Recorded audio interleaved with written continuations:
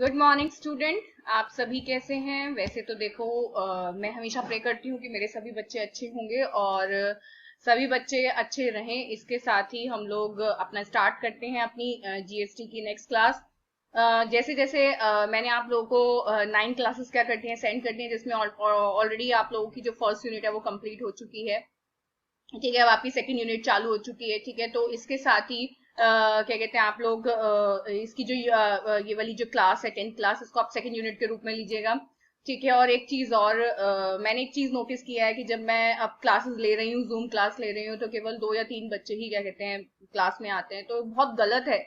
ये अच्छा नहीं है। अगर आप लोगों को घर पे बैठे इतनी फैसिलिटी मिल रही है आपको, वीडियो क्लासेस, बल्कि वीडियो क्लासेस पर भी क्या कहते हैं व्यूज केवल 6 और 7 होते हैं, तो दिस इज नॉट गुड। ये अच्छा नहीं है। एक तो टीचर्स आपके लिए मेहनत कर रहे हैं, और दूसरी बात की आप टीचर्स को ही क्या कहते हैं बिल्कुल भी सपोर्ट नहीं कर रहे हैं, या तो ना ही आप वीडियो क्लासेस देख रहे हैं और ना ही क्या कहते हैं आप लोग जूम मीटिंग ले रहे हैं। जूम मीटिंग में 2 या 3 बच्चों के आने से कुछ नहीं होता। और आप बिल्कुल भी इस वाले थॉट को तो अपने मन में लेकर ना चलें कि आप प्रमोट हो जाएंगे, कि अगर सब कुछ सही हो जाता है मई लास्ट तक या फिर जून के मिड वीक तक, तो आप लोगों के सेमेस्टर एग्जाम तो वैसे भी आप लोगों को पता है मार्च में आप लोगों के एग्जाम होते, तो आपके जाके एग्जाम जो होते वो जुलाई अगस्त में जाके आपके एग्जाम होते, तो आप लोगों को इस मिथ में रहने की जरूरत नहीं है कि आप लोगों के एग्जाम नहीं होंगे। तो प्लीज प्लीज क्लास को ज्वाइन कीजिए। आप लोगों का क्लास ज्वाइन करना बहुत जरूरी है। चलिए, अब इसके साथ ही हम लोगों ने उस दिन कंपोजिशन स्कीम की लास्ट क्लास में हमने कंपोजिशन स्कीम के बारे में डिस्कस किया था। तो कंपोजिशन स्कीम बेसिकली मैंने आपको बताया था कि कंपोजिशन स्कीम क्या है आपकी। जब बेसिकली किसी क्या कहते हैं आपका बिजनेसमैन का टर्नओवर 1.5 लाख से कम हो, 1.5 करोड़ से कम होता है, या फिर जो स्पेशल कैटेगरी ऑफ स्टेट में रह रहे हैं उनका 75 लाख से कम होता है, तो वो कंपोजिशन स्कीम को ऑप्ट कर सकते हैं। Time and value of supply, बिल्कुल सही बात है। देखिए, जो टाइम क्या कहते हैं आपका सप्लाई है, क्योंकि देखिए सीधी सी बात, मान के चलिए कि क्या कहते हैं मैंने जिस टाइम सप्लाई किया और मैंने कंसीडर किसी और टाइम को किया, ठीक है, तो और उस टाइम पर रेट ऑफ टैक्स आपका ज्यादा था या कम था, तो उसमें कस्टमर को ही क्या हो सकता है, नुकसान हो सकता है। तो कोशिश ये कीजिएगा कि क्या कहते हैं अल्टीमेटली आप टाइम और वैल्यू इन सप्लाई को क्या करें, कंसीडर करें, क्योंकि टाइम और वैल्यू ऑफ सप्लाई को कंसीडर करना आप लोगों के लिए क्या है, मस्ट है। ठीक है, कि किस टाइम पर आपने सप्लाई किया और सप्लाई का जो क्या है वैल्यू है वो क्या है।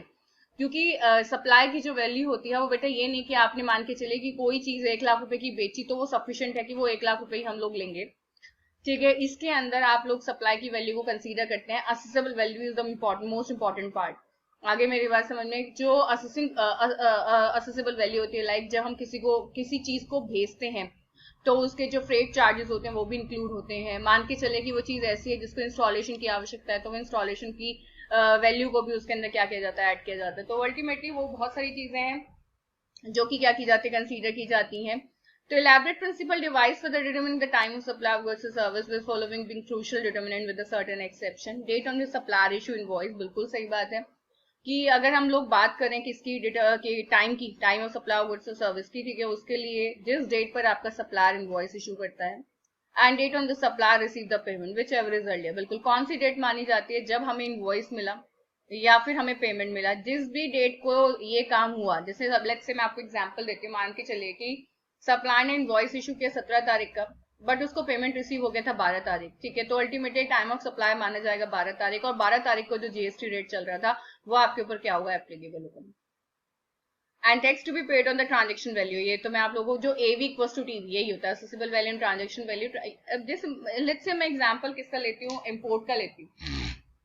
मान के चलिए आपने मंगाई तो चीज 10,000 रुपए की है, बट अल्टीमेटली 10,000 रुपए से क्या कहते हैं आपका, जब 10,000 रुपए की कोई चीज आपने क्या की, खरीदी वहां से, और वो 10,000 रुपए से बढ़ते बढ़ते, देखिए सीधी सी बात, वो बंदा क्या कहते हैं 10,000 रुपए की चीज आपको भेज रहा है, ठीक है, उसने क्या किया, उसके अंदर कस्टम ड्यूटी भी इन्वॉल्व है, क्योंकि उसने वहां से इम्पोर्ट किया, मतलब क्या कहते हैं वहां से बाय बाय सी या फिर बाय एयर उसने उसको लॉन्च करके यहाँ पर भेजा। इसके बीच में उसने फ्रेट भी पे किया, ठीक है, क्लियर, वो सारी चीजें वो हमसे क्या करता है, रिकवर करता है।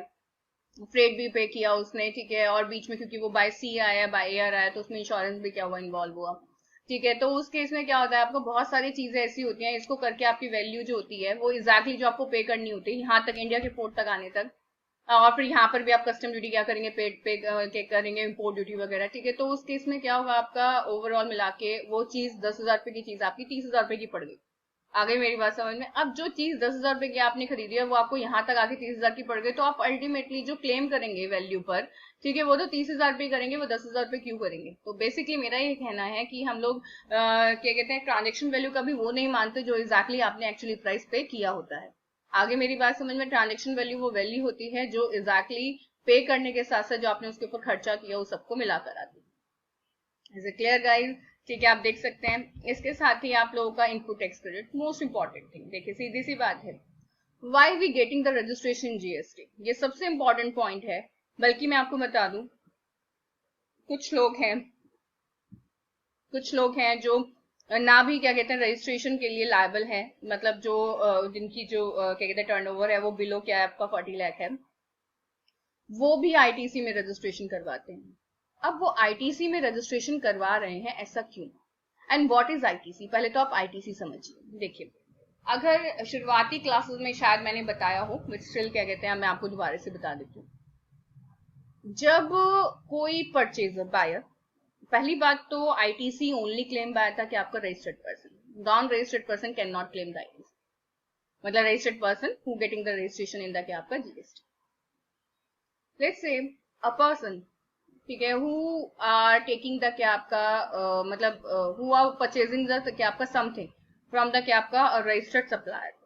उसने क्या किया, जब रजिस्टर्ड सप्लायर कोई चीज बेचता है तो अल्टीमेटली वो क्या करता है, वो जब इनवॉइस इशू करता है तो उसमें वो सेपरेटली मेंशन करता है, मतलब जो भी बंदों के ऊपर लगा हुआ होता है, जीएसटी या आईजीएसटी। अगर इंट्रा स्टेट सप्लाई होती है तो वो जीएसटी लगा कर देता है, या फिर क्या कहते हैं अगर इंटर स्टेट सप्लाई होती है तो वो आईजीएसटी लगा कर देता है। ठीक है, तो मान के चले लेट्स से हम इंटर स्टेट ही ले ले इंट्रा स्टेट ही ले लेते हैं, एक स्टेट के अंदर ही देख लेते हैं कि location of supplier and place of supply दोनों क्या है आपकी सेम ही है। ठीक है, तो उस केस में क्या होगा, आपका जो सप्लायर है वो बेसिकली आप लोगों को 1 लाख की चीज दे रहा है, और उसके ऊपर लेट्स से हम एग्जांपल ले लेते हैं, आपका 18% क्या आपका जीएसटी है, वो आपसे 18,000 रुपए क्या ले रहा है, जीएसटी चार्ज कर रहा है।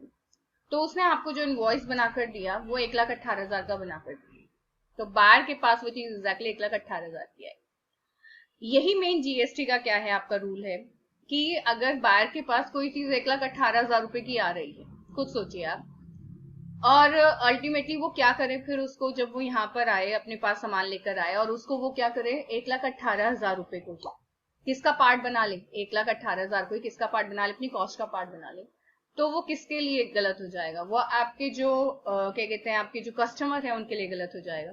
वो कैसे कस्टमर के लिए गलत हो जाएगा, क्यों? क्योंकि उनको टैक्स पे करना पड़ेगा, क्योंकि कल इसी तरीके से ये प्रैक्टिस आपकी आगे भी क्या होती, कंटिन्यू होती। हर व्यक्ति जो सप्लायर को पे कर कर आता, वो उस टैक्स को अगर अपनी कॉस्ट का पार्ट बना लेता, ठीक है, तो अल्टीमेटली ऐसे ही क्या होता, आपका हर कोई बंदा ऐसे करता, तो कस्टमर को ना केवल उस बंदे को टैक्स पे करना पड़ता है जिस बंदे से उसने फाइनली खरीदा है, बल्कि ये चेन तो आपकी वहां से चली आ रही है पहली जगह से, जहां से उसने क्या करना शुरू किया था, आपका वो चीज आनी शुरू हुई थी।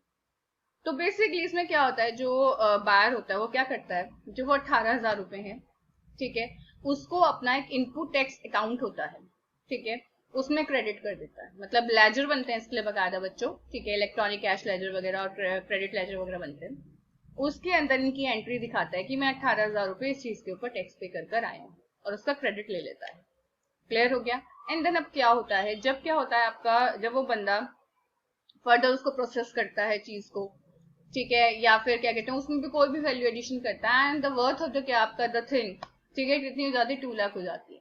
क्लियर? कितनी हो जाती है, 2 लाख हो जाती है, और उस चीज के ऊपर फिर से वो 18% क्या करता है, आउटवर्ड, इस बार वो पे नहीं करेगा, इस बार वो दूसरे से लेगा जो उससे खरीदने आया।